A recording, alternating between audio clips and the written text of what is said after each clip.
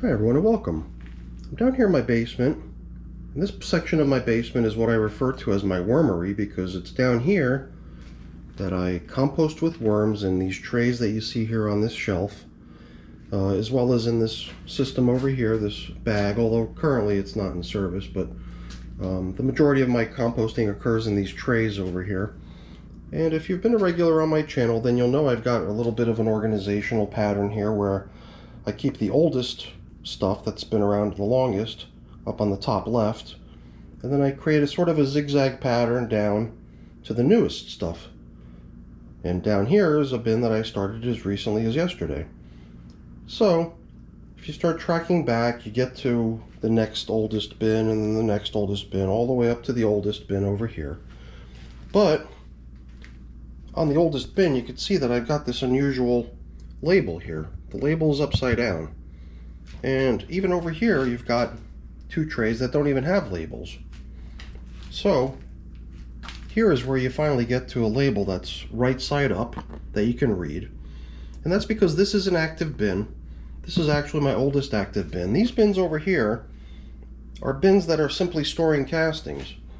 And I figured, you know, either the bins would just have no label, or I would start turning the labels upside down to indicate to myself that I've got a tray full of just finished castings. And you know, besides those three up there, you'll notice that the tray over here and the tray over here also have their labels inverted, indicating that there's really nothing happening here other than castings being stored. So as you can see, I'm occupying a whole bunch of real estate on my shelf, storing castings that are pretty much done, evacuated of worms. In most cases, these were cocoon nurseries too, so it's not like they're castings that are full of cocoons and the potential of baby worms crawling out. These are, in most cases, you know, cocoon nurseries. See here, A and C cocoons, E and C cocoons. It was the same story over here. These were all situations where I've already exhausted the possibility of baby worms crawling out of the cocoons, and these are just castings that are ready to go in the garden. And one of these days I should really get around to doing it.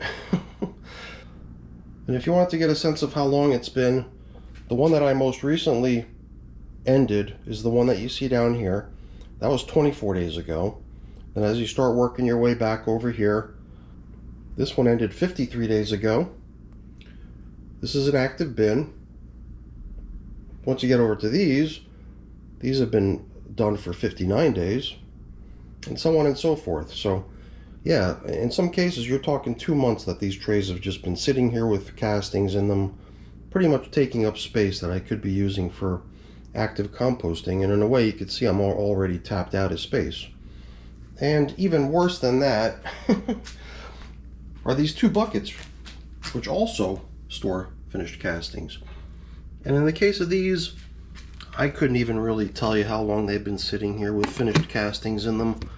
They've been here forever. And I just figured, you know what? It's time to do something about it. It's getting a little bit ridiculous. I gotta get organized. So as I like to do when I want to get organized, I start making lists and I start running numbers. So I put a bus box out here on the table in the hopes of at least starting the project, because it does seem like a fair bit of work to look through all these trays just to figure out what's going on. And like I said earlier, when it comes to the bus boxes up on the shelves, there's not a whole lot to do with those other than emptying them out, because like I said, there's already really no potential of baby worms being in those. I think the only place where I'm interested in potentially seeing if there's maybe worms occupying the material is in the two buckets that I showed there at the end on the floor. And they've been there for some time now, and these things are holding red wiggler castings. So I did try to list all those dates, so I didn't just have those ages or the time frames in my head. I was able to just look over to the side and read them off this list.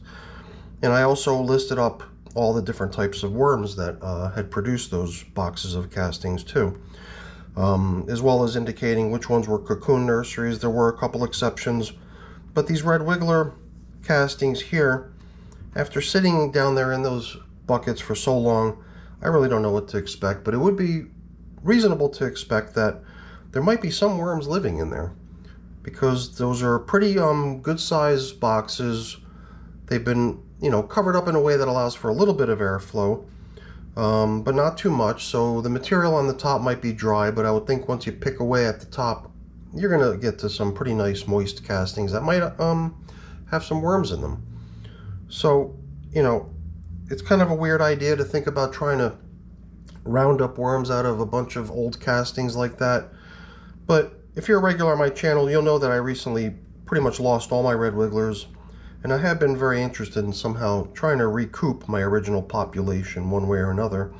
And it did occur to me that, hey, maybe before using those castings out in the garden, maybe it would be worthwhile to just go poking around, checking out the material in those before writing it off as just castings ready to be used out in the garden, and see if there might be some potential of gathering worms from them. And then I think once I've satisfied that question, it's really a matter of just emptying the boxes, cleaning them out, and making them ready for future use. So I'm going to go ahead and get these buckets up onto the bench here. We'll empty them out one at a time into a box like this and try to figure out what to do with them. So let's get started. So now I've got to admit, it's going to be real liberating in a way to finally be rid of these castings. It's not so much wanting to be rid of them, but it just feels awkward having stuff laying around, which probably should have been put to use quite some time ago. And especially in the case of this one, this is the older one, where you can see this pretty thick layer of mold has formed on the top layer. You can even see that the entire block of material has dried up to the point where it's pulling itself away from the edges of the container. But you know, it's interesting, I touch it and it's moist. This stuff is incredible. That's just castings for you, you know? Worm castings just have this incredible ability to hang on to moisture. And I guess I'm not too worried about, you know, the condition really. The mold, you know, if I was looking to sell this stuff, hand it off to somebody and say, here you go, enjoy, it would be kind of embarrassing to try to give this to someone the way it is. And, you know, it's unusual. The stuff down here, as you start to work your way down, it's not just moist, it's just gooey. It's kind of nasty. Making me wonder if it's even worth the effort to try to see if I could salvage worms out of here, because it's starting to give me the sense that there's no way in heck that that's going to be the case. It almost seems like this stuff has just gotten to the point where whatever bacteria is still living in here is just going to town on the stuff and really starting to work it down. So I think as far as this box is concerned, this is already kind of something beyond castings. I don't even know what to refer to it as when you start getting down into these lower reaches of it. Because it may have been worm castings at some point, but whatever this stuff is at this point, I don't even know what to call it. It's kind of like the next step, right? It's the worms have done their job, and then the bacteria and the microbes and the fungi and everything else that lives in here has gone to town and continued making good use of it to nourish itself. So I'm questioning whether I even want to put this in the garden in the condition that it's in. Maybe I've just got to find some hole in the ground that needs to be filled and dump it in there and treat it like mud. So, you know, sometimes people commend me for showing not only my successes but my failures as well, and I would almost treat this as a failure, not so much because the castings were bad to begin with, because they were fine. There was nothing wrong with these castings to begin with. I believe that the mistake I made here was assuming that I could store them indefinitely and just left them in here forever, and not even that long. I mean, I couldn't tell you for sure, but I am now curious to maybe do a little digging through my tracking system to see if I can determine how long this stuff's been sitting here. But obviously, I think this will tell you, unless you've got some sort of climate control or something that really ensures that the castings remain in good shape, you can't really keep them around for very long. And I believe that it's pretty safe to assume at this point that I'm not going to find any red wigglers cruising around in this stuff. There's just no hope as far as I could tell. I would think that if there were any in here, I would have seen them by now. So I'm gonna just go ahead and proceed with taking this right outside. I'm even gonna see if I could figure out a place to put it and just get this bucket emptied. Spray some water in it, let it soak a bit, and I'm gonna be really careful because I don't want to be spreading this stuff around the house that's stuck to my glove. So I'm going to take a break now, haul this bucket outside so I could dump it, rinse it, get my glove back into a clean state so we could pick up where we left off, and then we'll see what's going on in that other bin. Hopefully it's not more of the same. Well, if it is, then it is. Whatever. It is time to just, you know, be done with these. Stop wasting room. All right, I will be back soon. Well, that gooey wet mess slid right out of the box pretty readily. I was able to rinse it off pretty easily. So, whatever, no harm, no foul. Yeah, maybe a little foul, just a little foul odor in the air. I didn't really notice it when I was first picking through the stuff, but now I'm starting to smell it. Not the most pleasant odor. I would think some sort of weird bacteria that you normally don't encounter when you're worm composting. Unless, of course, you leave your castings to sit for who knows how long, until they start to melt or whatever happened there. So I'm going to get the other bucket and we'll see what's going on there. Okay, so now, when it comes to this next bucket, things look a little different here.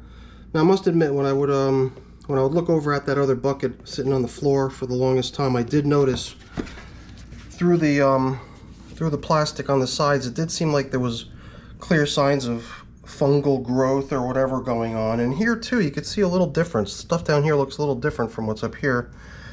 I don't know if it's starting to get more damp and gooey or whatever it is that happened in the other bin. It might be happening here too, so I don't know. But we'll take a look and figure it out. So who knows, we might just have two buckets of the same messy goo, and maybe we'll just end up tossing what's in here out as well. But I guess in here, let's see. First of all, we don't have that big layer of, you know, mold growing on the top. So maybe that's a good sign. The stuff in here is younger, so it's not been sitting around quite as long as the other bucket had been. And here the castings look really nice. They just crumble apart. They flake into this really nice fine material. So let's peel back another layer of the onion and see what else we could see. The one thing I'm definitely noticing though is how compact this stuff is. Definitely much more compact than you might expect. And I would imagine that, you know, over time the bacteria in this material continues working the stuff down, helping it to settle. Yeah, you know, it's just more of the same as far as I could tell. And I think if there were worms moving through, you'd be able to tell, you know, there'd be little channels and little openings and little places where the worms have been tracking their way through the stuff. So I'm wondering if this is not really going to be a fruitful effort as far as trying to round up red wigglers. I've definitely got a nice bucket full of castings here, that's for sure. But maybe no worms to be enlisted to bring back into my wormery at this point in here. Just more of the same as far as chunky kind of settled material. Oh, no, see that? Whatever that is, I thought for a second I was seeing a worm, but it's just some sort of little residue. Maybe a little stick or stem or something that didn't quite break down in one of my worm bins once upon a time. Really nice castings though. Kind of, you know, hard and jumbled together into little bricks, but they break apart quite readily. And I guess the only The only possibility, I guess, is that maybe down low we've got kind of more of that mushy, gooey, gross stuff like we had in the other bin, which would be a shame. But if that is the case, then I guess we could sort of peel off the nice castings from the top and then just dump the rest. But I'm starting to think that that's not the case. I think all we've got here is just a bucket full of really nice castings. So maybe there is something to be said about the shelf life of castings. You keep hearing that keeping them around for quite some time should not be a problem in most cases.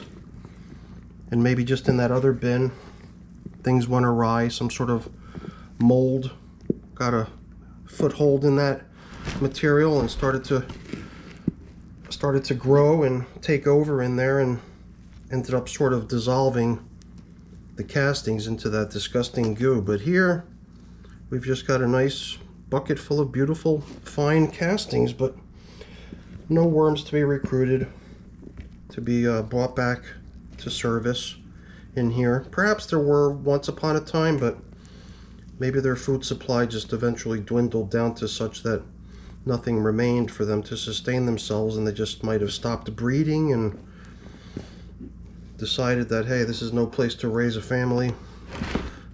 Let's forget about making cocoons here, and let's just live out the remainder of our lives to the best of our abilities until our days end. And then that was probably the end of whatever worms might have been in this, if there were ever any. I would have to assume that there probably were, because back when I put these castings away, I don't think I was paying much attention, if any, to cocoons or trying to preserve cocoons.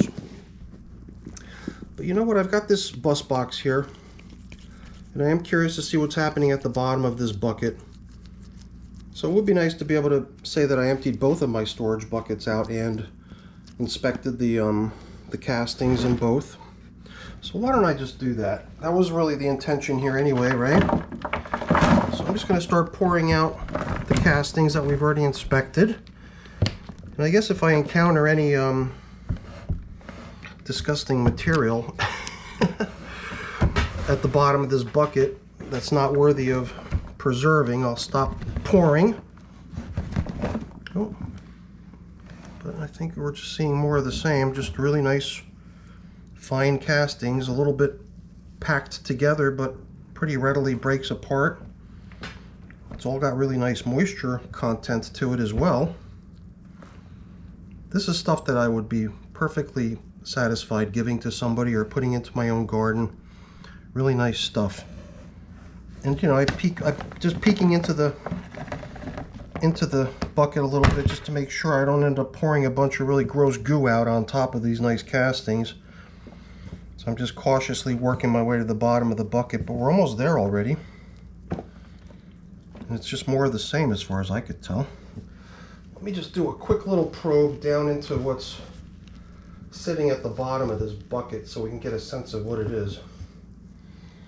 This is almost near the bottom. A little bit more damp. So maybe it was also kind of in those early stages of beginning to transform into that nasty goop that we emptied out of the other bucket, but luckily it never got to that stage. It does seem like it might be pretty close though. So I'm wondering if maybe I skim off the nice stuff on the top and hang on to the really nice castings. Looks like a cocoon down in here. Oh, I thought I saw a worm. I'm just starting to see little mirages now. I'm wanting to see red wigglers so bad that I'm starting to just imagine them. But I mean, if I look in here a little bit more, I'm still seeing what appears to just be nice castings, just a little bit densely packed.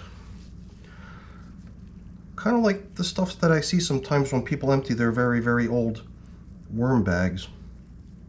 Stuff that's probably just been sitting down at the bottom of their worm bag forever.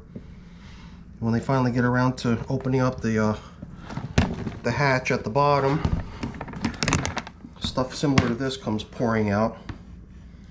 Perhaps a little bit compacted, but not bad at all. So I don't think we've got any spoiled castings at the bottom of this bucket. I do believe, here we go, I'm just going to grab a little sample of what's at the very, very bottom. It's really not much different from It's not much different from the rest of the stuff, except that it's just had the weight of the rest of the bucket resting on top of it, kind of pushing it down, and it's been the furthest away from any sort of airflow that could have helped it lose some of its moisture. So it's perhaps just a little bit more damp than the stuff that was on top, but not a far cry from the rest of the stuff. So it's all very, very similar. So I might have to pick a little bit to get the stuff to dislodge from the bucket, but maybe at some point I can break a nice chunk of it loose and get the whole thing to slide out in a whole chunk. Well, maybe we've succeeded in getting the whole bunch out. Oh, got myself a little bit dirty reaching into here, and there's a little bit left in the bucket, but not much. Stuff that I could still pick out if I wanted to. Oops. So let's leave all that picking for later. Let's just check out this material, see how it looks, and then we'll be done. So these are the two chunks that were at the very, very bottom of the bucket. As you can see, they're not very different from the rest of the stuff that we pulled out. All you got to do is crumble it a little bit and the stuff flakes away. It's a little bit more damp, so it's just a little bit more sticky than the rest of the stuff was. Stuff that we pulled out in the very beginning all just kind of flaked into a nice little, almost like a dust, like a powder consistency. Really fine. And I bet you this stuff, it was just left out here on the top to air dry for a day or two, would probably get the same way as well. So maybe I'll do that. And then at some point soon I'll get around to emptying those other bus boxes that are up on the shelves, which I believe can just be poured right out and used as castings without being inspected or anything like that. It was just these two containers full of castings that I was really curious of, and I was definitely suspicious of that one that we found all that nasty goo inside of. So I'm kind of glad to have that out of here at this point. I'm kind of glad to have two empty buckets that I could potentially use for something else at some point. So, just gotta admit, it's just like a monkey on my back that I didn't need. And I was even pacing around before hitting the record button on the camera, thinking to myself, geez, do I really want to get into this? Can I just save this for another day? Can I procrastinate just a little bit longer? Well, that's pretty much it. I've definitely got a little bit of cleaning up to do around here, but not much putting away. I think I will just let this sit out here and air dry for a few days. And then at some point I'll probably just start collecting all my castings out of all the other trays and drag them outside so I can make some room on my shelf. But these were actually the containers I was most concerned about, and it's just a little bit of a shame that we couldn't revive any of our old red wiggler population by tapping into this container and maybe finding a few remaining souls cruising around within the material. But it's not too surprising after all this time that there's no worms in here. I guess at some point the nutritional value of this stuff just gets depleted, and the worms know enough not to breed and, you know, generate the next generation, because there's really nothing for them there. So worms are smart that way, I guess, right? Interesting stuff. All right, everyone. Well, that's it for the video. Hopefully you enjoyed it. I'll take care of all this cleaning up and putting away off camera. So before I get into that, let me just say thank you. Thanks for watching. Hopefully you enjoyed the video. If you did, please give me a thumbs up. That's always really appreciated. If you haven't done so already, please also consider subscribing to the channel too. That's really appreciated as well. All right, everyone. Have a great day. Thanks for watching.